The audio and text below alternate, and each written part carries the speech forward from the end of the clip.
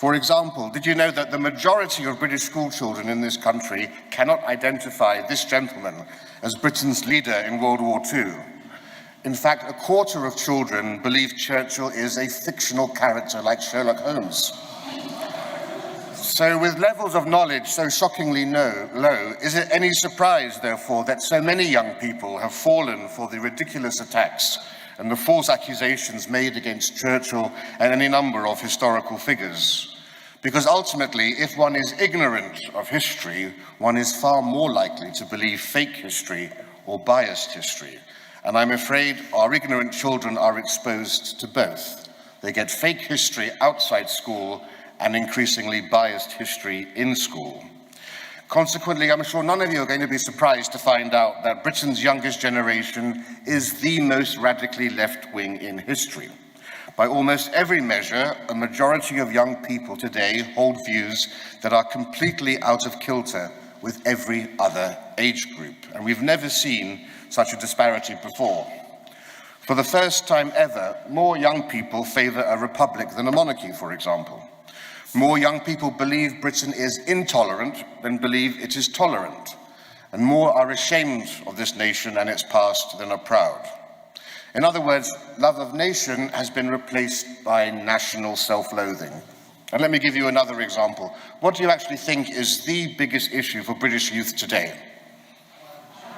You would think climate change or Brexit. Racism.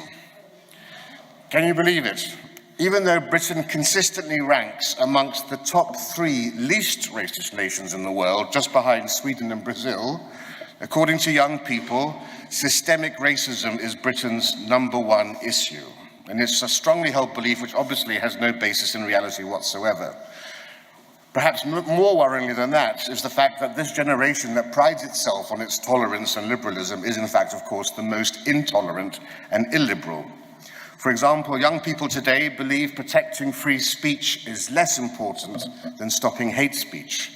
And of course, as you can see in Scotland and in Ireland, hate speech is defined so broadly and so loosely that it would cover the conversations of the majority of this public, definitely some of the speeches up here today, I would imagine. And of course, in Scotland, criminalising speech in your own homes now sets the scene for children in the future to report on their parents to the police for hate speech. It's a dystopian scenario, terrifyingly reminiscent of the Cultural Revolution of Chairman Mao. And I can't emphasize how serious this is potentially in the future, because we're bearing witness to a revolutionary, epoch-defining almost shift in attitudes, values, beliefs, and worldview that run completely contrary to what every other generation has believed before. And if that trend continues, in 20 or 30 years' time, the overwhelming majority of the working age population of this country won't just be completely ignorant of this nation's culture and its history and its achievements, they'll actually despise this nation, or at least be ashamed of it. And the achievements and the legacy and the values of all our previous generations, of which we are the custodians, will have been purged from memory and replaced by the new artificial myths we see being created all around us. We will have landed in our own year zero. And ladies and gentlemen, there is no hyperbole in such a statement, because the framework for this dystopian society is already being constructed all around us, and you can see it everywhere, particularly in our education system. In our schools and universities, we see it in the decolonization of whiteness, of Britishness, Eurocentric syllabuses and reading lists. We're seeing it in the promotion of gender ideology, critical race theory, in the removal of much-loved books from school libraries, in the rewriting of our history by such things like inserting ethnic groups into Britain's story hundreds of years before they actually arrived here, absurdly claiming that Britain was built by immigrants. We see it in the denial of Britain's achievements, such as Britain's pivotal role in ending the Atlantic slave trade. The list goes on.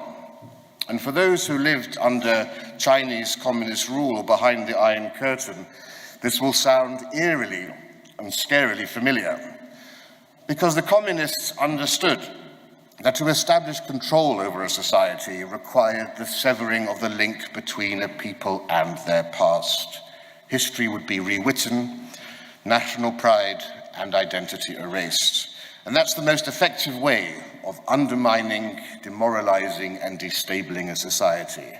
And the communists were masters of that tactic, and young minds were their principal targets. But ideological subversion doesn't require the infiltration of our schools by foreign powers. Our children have been ideologically subverted by a teaching profession that is overwhelmingly left-wing. And I'm not saying that all teachers are bad. Most teachers do a great job on a lousy salary. But the fact is today, approximately 90% of teachers vote for left-wing parties. And that's a world away from when we were at school, when there was much more of an equal balance, if not a slight leaning towards the right. Children absorb their teachers' beliefs and views and attitudes as if by osmosis. So it's no surprise, therefore, that at the next general election, only 7% of 18 to 24-year-olds have said that they're going to vote for the Conservative or a right-wing party. The rise of left-wing youth mirrors the rise of left-wing teachers and the teaching establishment. And we have seen plenty of evidence of some teachers increasingly bringing their politics into the classroom. Children have reported being taught that Britain is structurally racist, hearing about patriarchy, or being encouraged to self-identify as trans without their parents' knowledge. And the significance of this left-wing indoctrination in our schools can't be overestimated.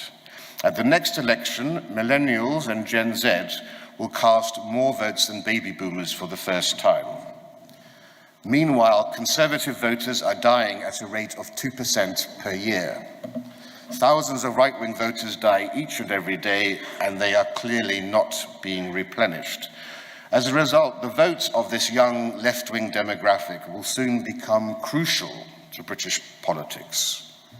Now, some might say, oh yes, but once they get older, kids always become more right-wing gradually with age. And they'll quote the old adage, if you're not a liberal at 25, you have no heart. If you're not a conservative at 35, you'll have no brain. And that did indeed stand true for many generations, but no longer. For the first time since such records began, British youth, indeed British people under 35, aren't becoming more conservative as they age. So what's the solution? Well, only radical reform of our education system can ensure that the youth of today and tomorrow receive a genuinely balanced education that's neither left-wing nor right-wing, but one that is founded upon fact and objective truth, and which is free from bias, from nihilism, and harmful ideology. Because make no mistake, we have no hope of winning the war on woke if we do not first win the battle for young minds. And when I say young minds, I'm talking about primary and secondary school level, because far too often the focus is always on universities. But the battle for young minds must start much earlier in a child's life to have true success. Just remember Aristotle's oft-quoted adage, give me a child of 7 and I will show you the man. Once they're at university, it's already too late. As I like to say, if the hair is blue, there's nothing you can do.